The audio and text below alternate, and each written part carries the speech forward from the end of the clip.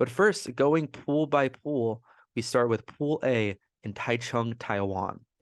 Pool A, I think, is some of our most interesting teams that we have in the tournament. And I'll read off the five names. The five names are Chinese Taipei, which is Taiwan, but due to China's status with Taiwan, I'm not going to get into the details of that. They formally have to be recognized on an international level as Chinese Taipei. And if you follow the Little League World Series, you'll be familiar with this terminology being used for Chinese Taipei, as well as if you followed them in the past at any of the previous tournaments. They're a perennial qualifier for this tournament. Next, we have the Kingdom of the Netherlands, which includes the country of the Netherlands in Western Europe, as well as the islands of Curacao and Aruba in the South Caribbean. Then we have Cuba. Interesting for Cuba, which we'll get into, is that this time, given Cuba's new foreign relations policies, players that have defected from Cuba to MLB are now eligible to play for Team Cuba. Then we have the country of Italy, which is managed by Italian-American legend and New York Mets and Dodgers and Hall of Famer Mike Piazza. And we have the country of Panama towards the south of Central America. And getting into these teams, you might not be able to name a lot of major league players from these teams because there aren't that many. This pool is very interesting in that there's not a particular standout. And we'll get into the odds with some of the other pools as well, where there's very obvious standouts. But we look at Pool A, the odds in order. The Netherlands are a -120 favorite to win this pool, followed by Italy at +400, Cuba at +450, Panama at +500, and Chinese Taipei now at +1400. So full disclosure, I am recording this episode on Wednesday, March 8th, which is about one day into the games that have been played in the World Baseball Classic. So we've seen Panama and Chinese Taipei, and we've seen Netherlands and Cuba match up against one another. I'm recording before the 10 and 11 p.m. Eastern Time games that are happening in that pool as well. So we've already have had some insight into these teams, and that'll help with our first team, Chinese Taipei. So Chinese Taipei don't have a lot of major league talent, but they do have one prospect in particular, Tzu-Wei Lin. So Tzu-Wei Lin had a career in MLB with the Red Sox from 2018 to 2020, and then he also played a game with the Minnesota Twins. But he is the most seasoned pro of all of these teams. Not a lot of games or at-bats. He was a perennial up-and-down bench piece. But the fact that Tzu-Wei Lin is the standout major league player on this Chinese Taipei team tells you a lot about them. And Chinese Taipei lost to Team Panama earlier today at a score of 12-5. There was a home run by Nian-Ting Wu later in the game after the game was already done and dusted. Panama almost mercy ruled them. And Yu Chang is another standout infielder for them. Looking at this team, a lot of these guys play in the Chinese Professional Baseball League, not top-level competition like the NPB of Japan or the KBO of Korea. And I think that showed today. Chinese Taipei, for one, they do play a lot of international tournaments in East Asia together. This is a team that has international experience, but there's not a lot of top-level talent for Chinese Taipei. But look out for Tzu-Wei Lin. He has had some time in MLB. Maybe he can parlay that into a major league deal again, get back into the league based on his performance. But so far, these Taiwanese pitchers just got lit up against Panama. And that'll bring us into Panama, which I thought were a really interesting team to jump out to an offensive overload against Chinese Taipei. And I think that's more reflective of Chinese Taipei's incompetence as opposed to Panama's prowess. But they showed out better than they've showed in any of the previous tournaments they've been in. Panama coming into today were on a 30-inning scoreless streak. They put up 12 runs against the Taiwanese pitching arms, and it was a real offensive show, and it was top to bottom. Looking at this box score, But just a bunch of hits from a bunch of different guys. Christian Betancourt, 2 for 4.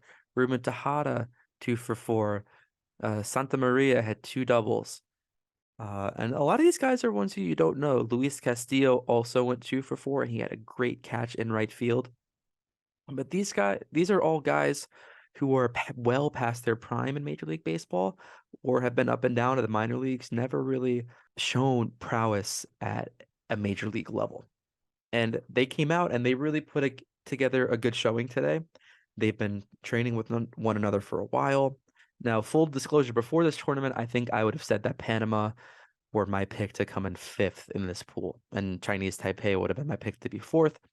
I thought that Taiwan would just have more international experience. They have guys who have more familiarity and camaraderie together because Panama doesn't have their own domestic league. A lot of these Panamanian players play in Major League Baseball, minor league baseball, the Mexican League, Puerto Rican League, Dominican League. They're all spread out. But Panama just showed to have superior talent. And some of these guys are top level prospects, you know, coming into Major League Baseball, but not a lot of names who you should or will know. But we'll see if guys come off the page based on their performances so far. 12 runs in the first game is exactly where Panama wants to be. In breaking out of a group that, the odds are stacked against them, but is potentially winnable for them because there's no standout definite losses that comes from this group. And that'll jump to some of the top teams in this tournament that played one another in the first game. That is the Netherlands and Cuba. And we'll start first with the Netherlands. So interesting about the Netherlands, you have guys like Didi Gregorius, who was born in Amsterdam rather, in the country of the Netherlands itself.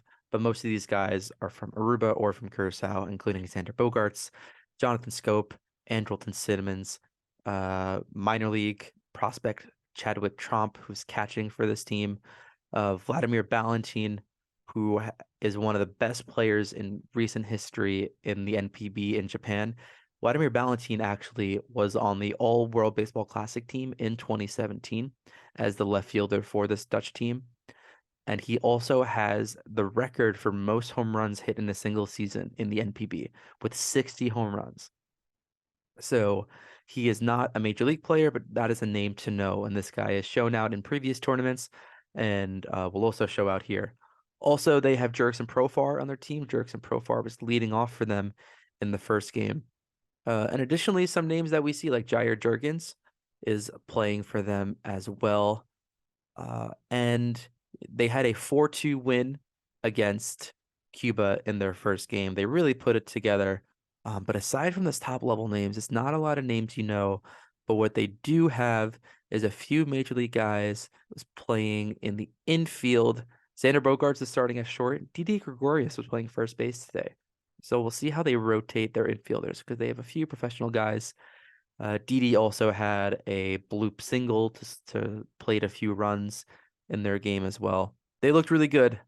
This team definitely has the most names that come off the page out of Pool A. They're my pick to win the group. But let's get to Cuba.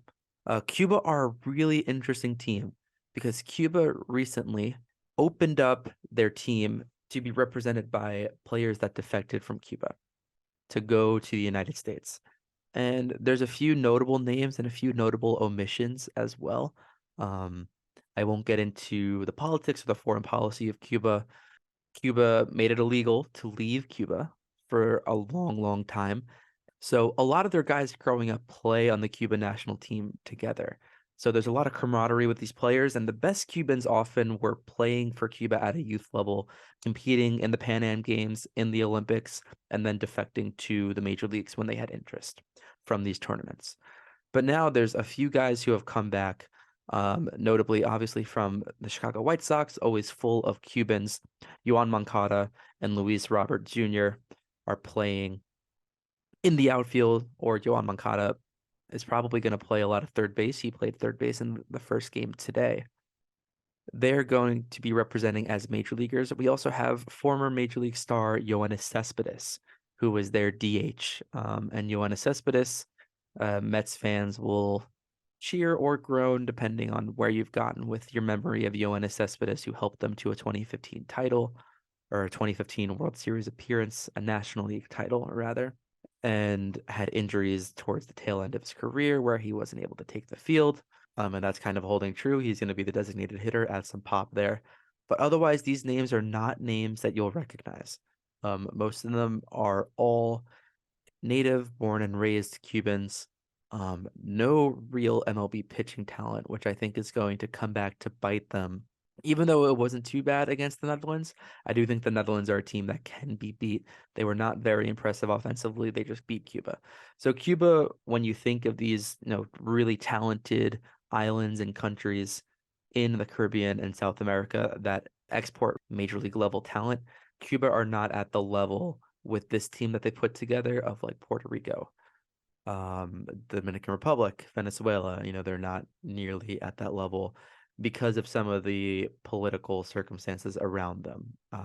Players like Randy Arozarena, who defected to Mexico and established residency in Mexico, even though he is born and raised Cuban and all of his ethnicity is traced back to being Cuban. He is representing Team Mexico, as I'll talk about later, because he had to defect from Cuba, and obviously, a lot of people leave Cuba because they didn't have great experiences growing up, to say the least. So I think Cuba can be gotten here because there's another powerful team that I think is a bit underrated, and you wouldn't think of them as a powerhouse with a lot of major league talent, but that is Team Italy. And naturally, Team Italy is not going to have a lot of native Italians. In Italy, baseball is not a big game. So going down this roster, there's a lot of names that you won't recognize. But some that pop off the page, Matt Harvey, a former major league pitcher. He had a great peak. Doesn't have a lot of miles per hour on the arm right now. But you're going around the infield. You have David Fletcher, MLB player, Nicky Lopez, MLB player, Vinnie Pasquantino, who's a real good up and coming prospect for the Kansas City Royals, Dominic Fletcher as well, Sal Frelick. A lot of these Italian American players are representing Team Italy. And we have some MLB talent. I think that Italy can go out and win a game against Cuba. I think that's what it's going to come down to in this group. Again, they're managed by Mike Piazza, so he's going to bring some of that grandeur energy, some legitimacy to this team. I don't know if they're going to be speaking a lot of Italian. I think there's going to be an Italian contingent, a lot of English. Um, but I ultimately think that the Netherlands win the group and Italy gets second over Cuba out of this group. I think Panama are going to put up a good fight. I think Panama, looking at them, they have a shot against Cuba, honestly. Their team seemed very cohesive, but it's really going to be where their pitching lines up. I think they threw their best pitching today, and that kind of faded after the sixth inning when Taiwan started to jump on them a good bit, getting towards their fourth, fifth pitchers in this game. But they put up a 0 spot for the first 6 innings or so. And I think that Italy can get them. Italy have a lot of arms listed on this roster, a bunch of guys with some minor league time, and they have Matt Harvey. So they'll see how they line up. Their top level talent. They're going to get a lot of singles. They're not going to hit a lot of home runs. I don't think that's going to happen with anyone in this group, with the exception of maybe Cespedes and Luis Robert run into a few. So that'll be it for Cuba, really, if their major league all-star level players can jump on some. But I think I'm going to pencil in Netherlands for the #1 team to get out of the group, and Italy the #2 team. But if you want a long odds bet Panama to advance. I don't think they win, but they have good odds, or at least good value odds.